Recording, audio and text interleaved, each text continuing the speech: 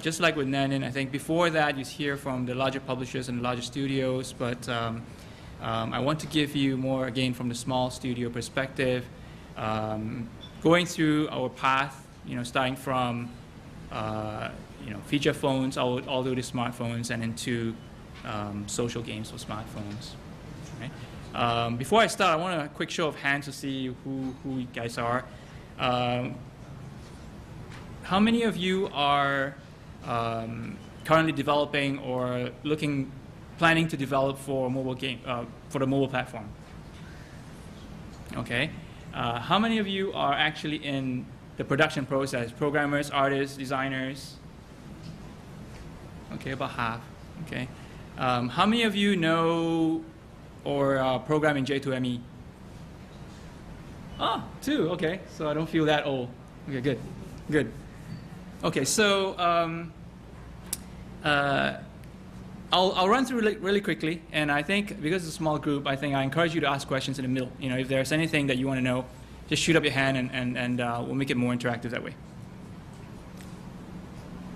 So I'm going to describe how it feels like to be a small studio, and there's these two words. Let's start with Chinese 101. So maybe half of you can read this. This is a word for crisis in Chinese, right? And it's combined in 2 parts. One part is danger, and the other part is opportunity. All right? And that's how I feel from day one when I started IUGO until now, since 2003. As a small company, the opportunities are huge. Everybody knows that there are great opportunities in a mobile space. Right? And right now with social space, it's a lot of hype, a lot of crazy valuations above 200 mil and all that, right? But of course, there is the danger part as well. As a small sort of bootstrap studio, you make wrong decisions, then you're not going to be around too long, right? So this is how I feel like, and I'll take you through the journey very quickly and go through it. So first, I'm going to start with some of the promises. All right, everybody's hyped up about smartphones. It's becoming a lifestyle device. It's some stats. I'm going to go through very quickly some stats that you can find all over the internet. Smartphones and tablets have outsold PCs in 2010, right? iOS App Store is over 25 billion downloads so far. Mobile devices account for more than almost half of game downloads. More stats. This from Kleiner Perkins. Apps are going to be a $10 billion market, growing at 100% per year. Okay, and out of that, 50% of free downloads are games, 70% or 60% of paid downloads are games, and 75% of revenues are from games. Okay, pretty impressive numbers.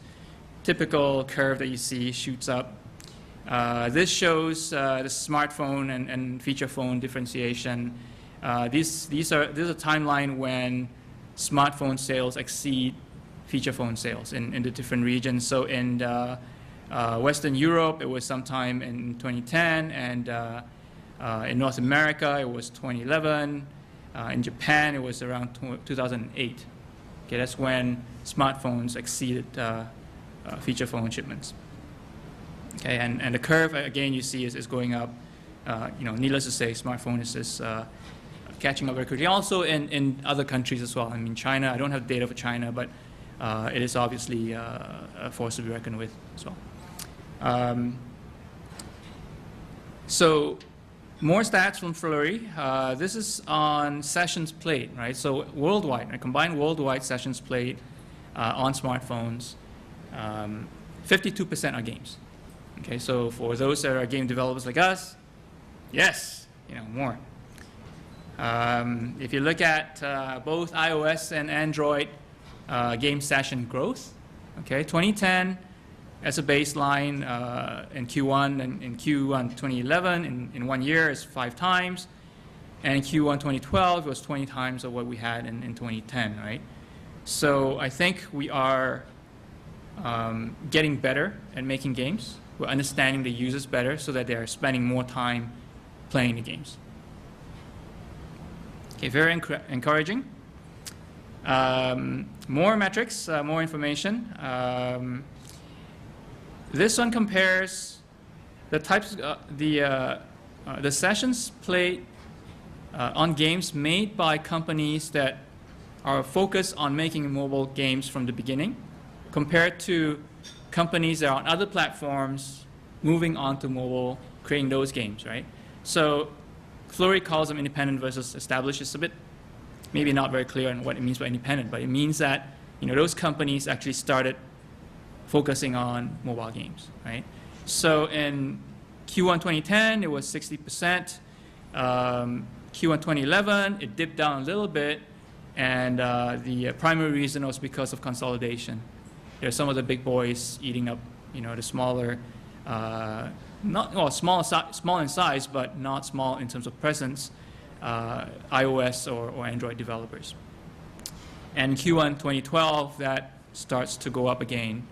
So hopefully that means that companies that started doing mobile games probably have more thought, have more focus, have thought about design more uniquely, specific to the mobile device, right? As opposed to you already have a game on Facebook, you have to think of how to cut it, chop it, mold it, and adapt it to a mobile form factor. Sometimes it works, sometimes it doesn't work. It's not a very straightforward process.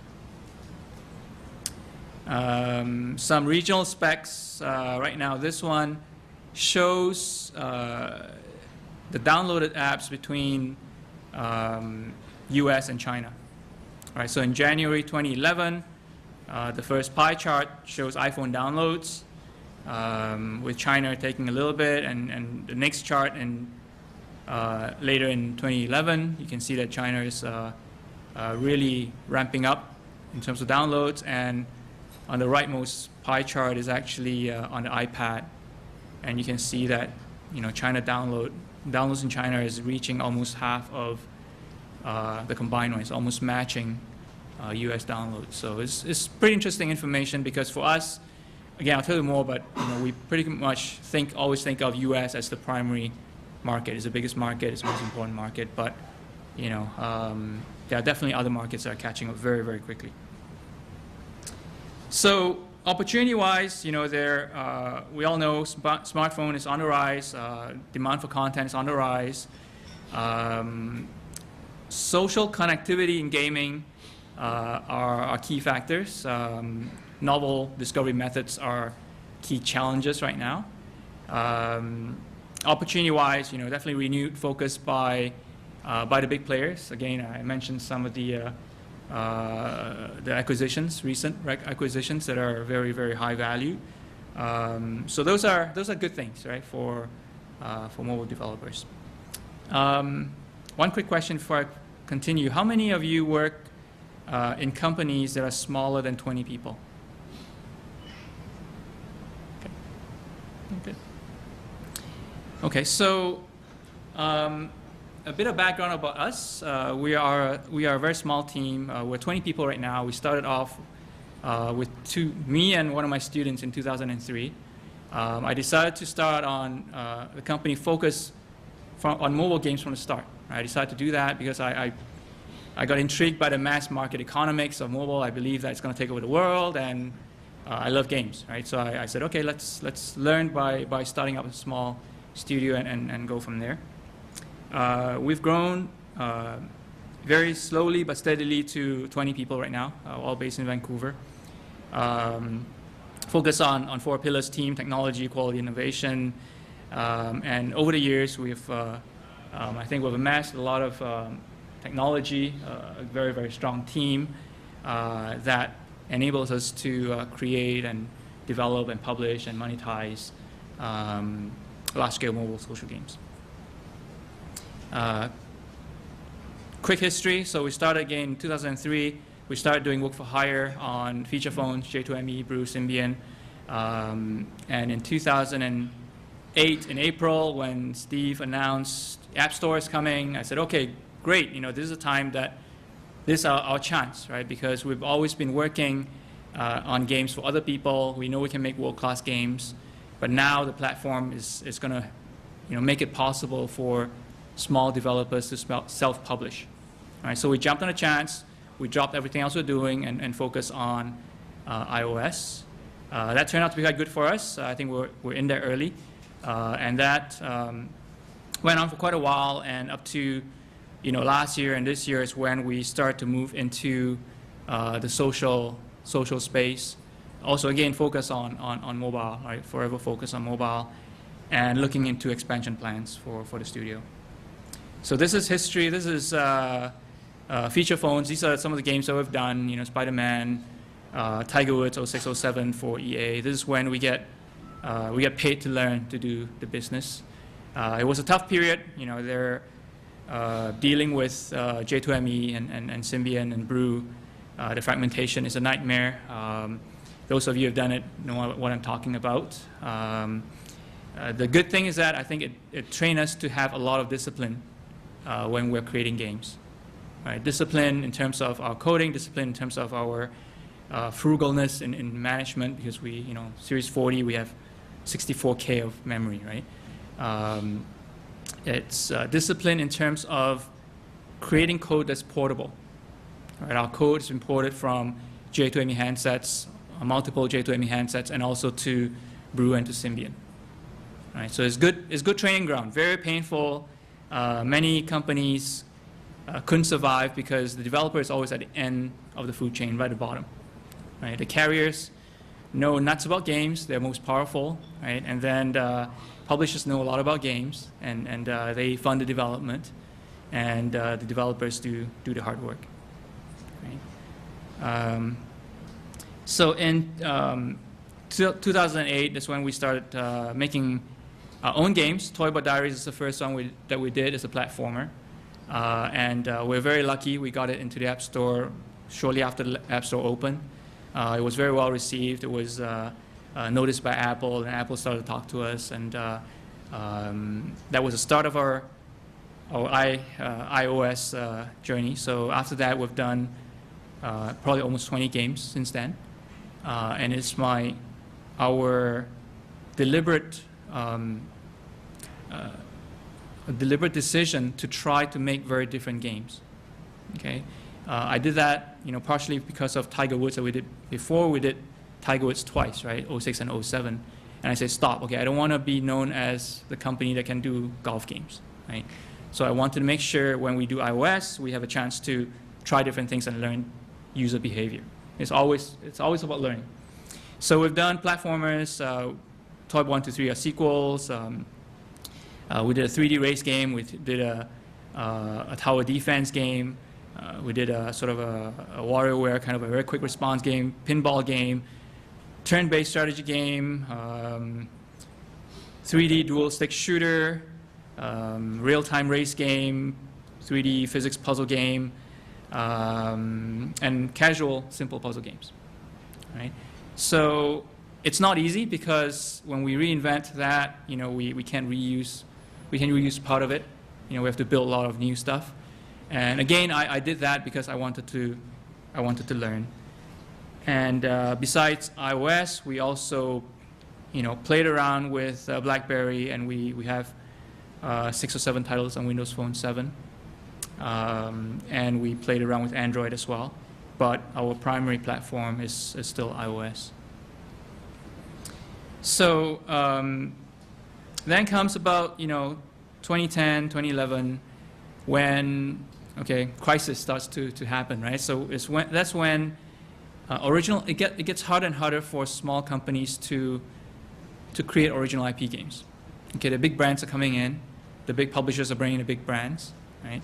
And there is a slow movement towards free to play, right? Because that is one avenue where users can try, your unknown IP for free, and hopefully you can, impress them enough for them to come back and pay IAP, right? So we started with our first free-to-play social game called Lil Pirates. That's a game that it's our first one, so I'm kind of not very confident to do it ourselves, right? So like Nanin, I considered, our previous speaker, I considered working with a publisher. So we did actually work out a very good relationship with Capcom, who actually saw the game by accident, and before we actually went into alpha, and they liked it a lot. So we worked out a deal where they would publish it for us. And I'll talk a little bit more about the game later on, but it turned out to be a good relationship for us. Did quite well. We followed up with more social games, Sunshine Cruise Lines, which is sort of our take on twisting understood game elements a little bit with a bit of innovation, a bit of mixing different types of games together. We followed that up with Animal Academy and Summer Camp. So before I talk about the games in more detail, I want to quickly talk about our technology. So over the years, we've been very stubborn, and we've built our own technology throughout the years. We've never relied on any third-party solution. Some people think it's wise, some people think it's not. I think it's definitely painful, because I need to, instead of having a team making money or one program making money, making games that make money, we're focusing on tools and process flow and things like that, right? But that, for us at least, is really paying off right now, because as we go towards large-scale social games, you really need a lot of components. You need front-end components, you need back-end components. You need to have a really smooth production process, because you need to iterate, right? You need to iterate, you need to create new content, you need to understand analytics and readjust everything again, right? So all that, because of the tools that we have, we're able to manage that very well. So it's starting to really pay off right now for us. So just a few case studies of our games. Lil Pirates, as I said, is our first freemium title, published by Capcom. With all our games, I think you've heard it many times with all the speakers before me as well. Most important thing is focus on quality. All right, that's a baseline. You don't have a good, solid quality game, nothing else matters, right? So we focus a lot on that. It launched at 4.5 stars. It remains at 4.5 stars up to today. It launched, there was a localized version in Japan that was launched at 5 stars, and it remains at 5 stars right now. So it's, we're quite proud of that. Maybe I'll talk a little bit more about the design decisions in there. So we try to look at all the different time management, resource management, item purchasing games that we've seen. We try to put it all together. Actually, when we launched these games, I was actually a little bit afraid that we did too much, because there are quite a few screens in the game. There are quite a few different parts of the game. There is customizing your ship. You can customize your character. You have places to go. You have puzzle games to play.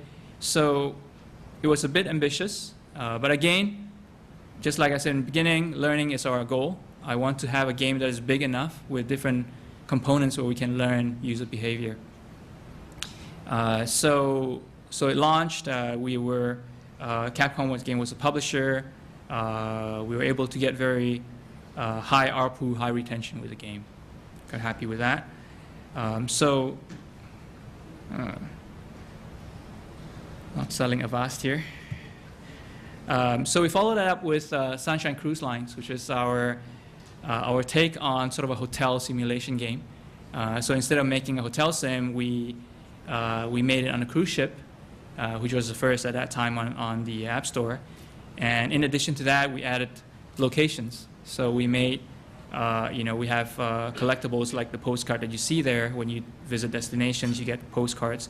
And that was our attempt to make it more social. All right, this is when we were thinking, how do we make it more social? How do we get your friends to be interested? That's where we thought of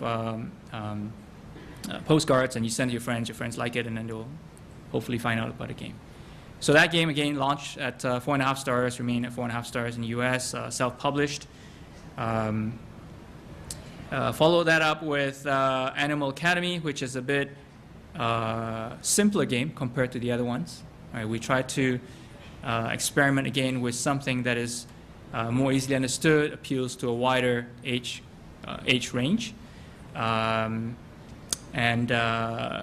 This is the first one that we've built in extensive analytics, and analytics is hugely important in social games. Right? So 4.5 stars in the US from the start.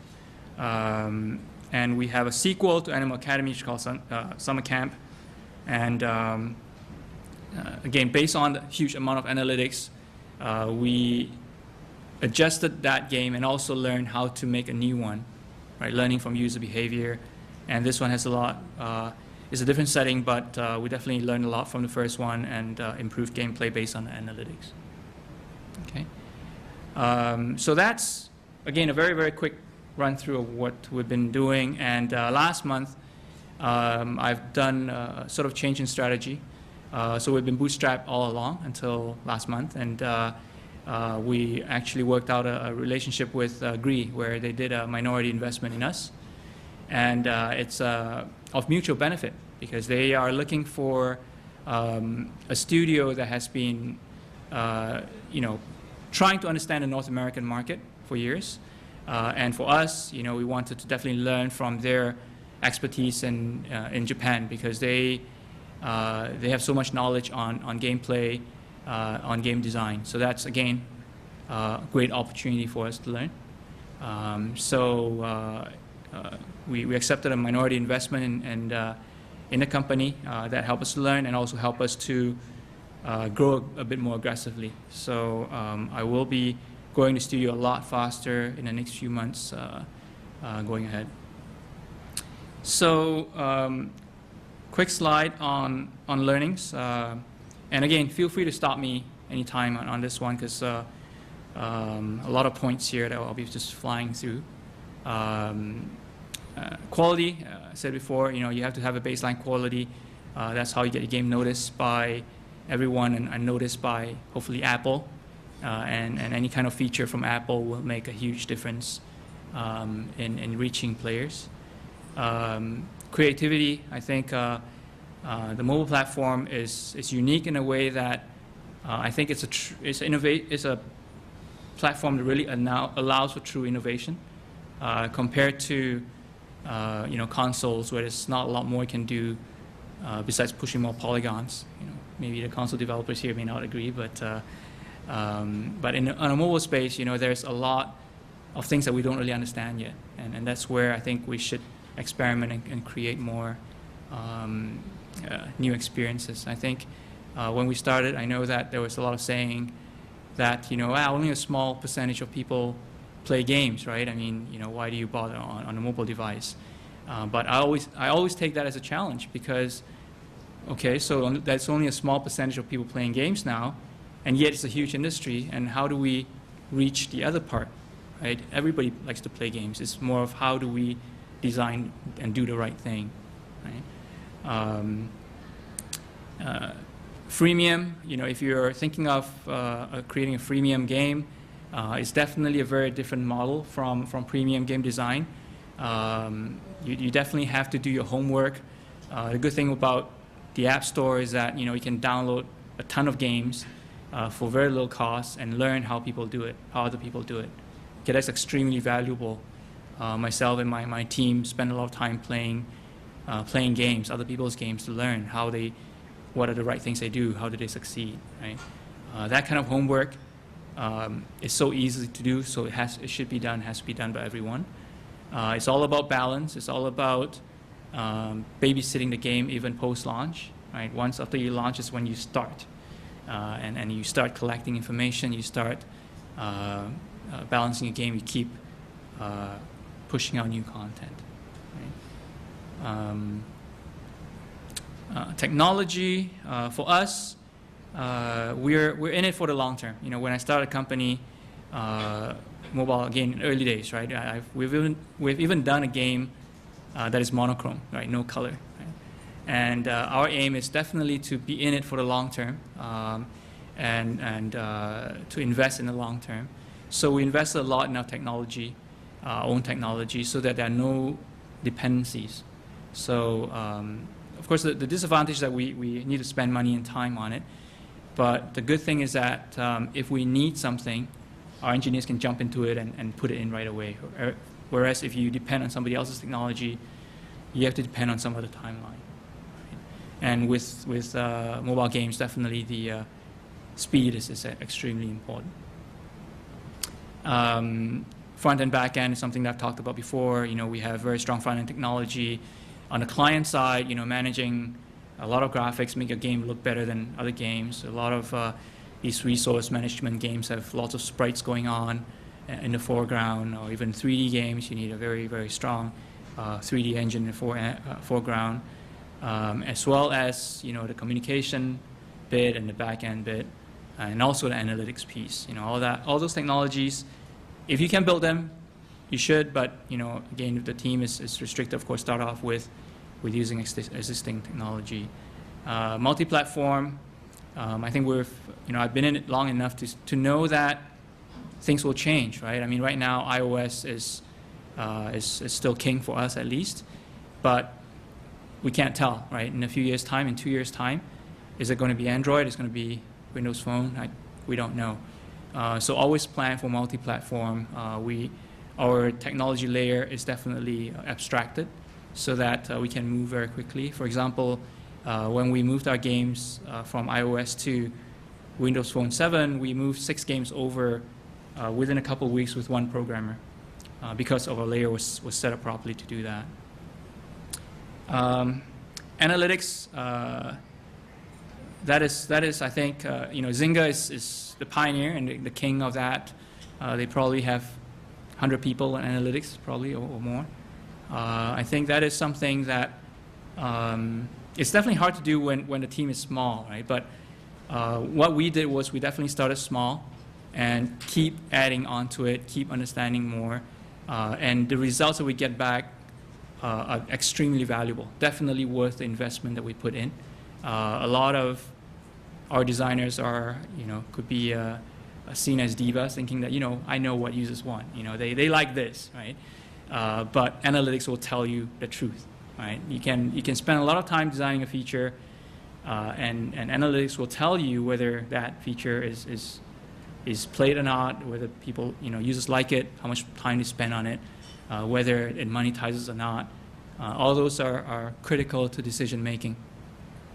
So, build in analytics or make use of existing analytics tools. Discovery distribution, I think that is one of, again, a crisis part. The danger part for smaller companies now is that that's changing a lot nowadays, right? In 2008, when we started on the App Store, our aim was just to make a good game. It's very easy. Just make a good game, focus on a game, innovative. People like it, everybody will see it, you'll do okay. But right now, if you just spend time doing a good game and not spend time understanding distribution and discovery, nobody will find out about your game. And it's getting harder and harder for smaller developers, for sure. So there are different strategies around it, and you have to do your homework. Talk to your peers, talk to other developers to find out what's effective and what's not. And it changes all the time. It changes month to month, right?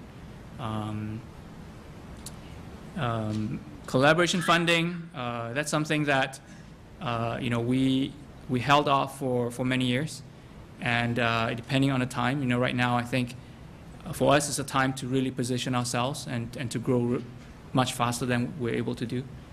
So that's why I changed decision and accepted funding. So that depends on your how you see how you want to drive the company as well. I think overall, the thing that really allowed us to exist or to survive over so many years was our ability to be really agile. I think I always tell everybody that our secret is the cockroach strategy.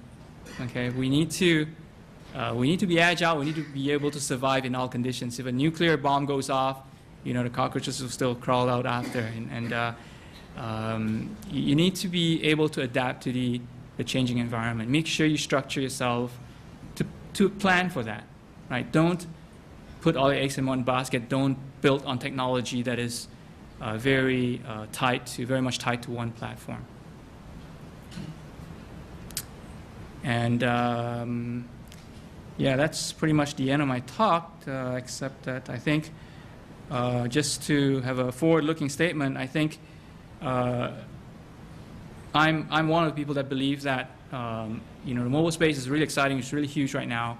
But I really think that it's only the beginning.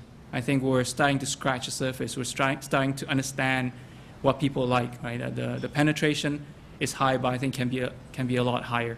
The number of players, you know, as I said before, everybody plays games. It's a matter of how we can figure out and design games that people like, you know. So I'm definitely looking forward to the coming years ahead. So yeah, that's my quick fly through.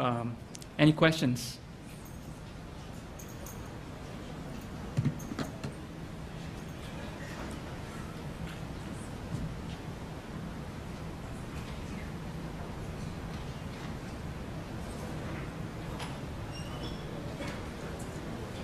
Okay. Yeah. Just now you showed some of your games you did for Spider-Man and so on. Yeah. Before the company that owns the license to want to pass to you, how long? I mean, how long you have been established before you get to that level?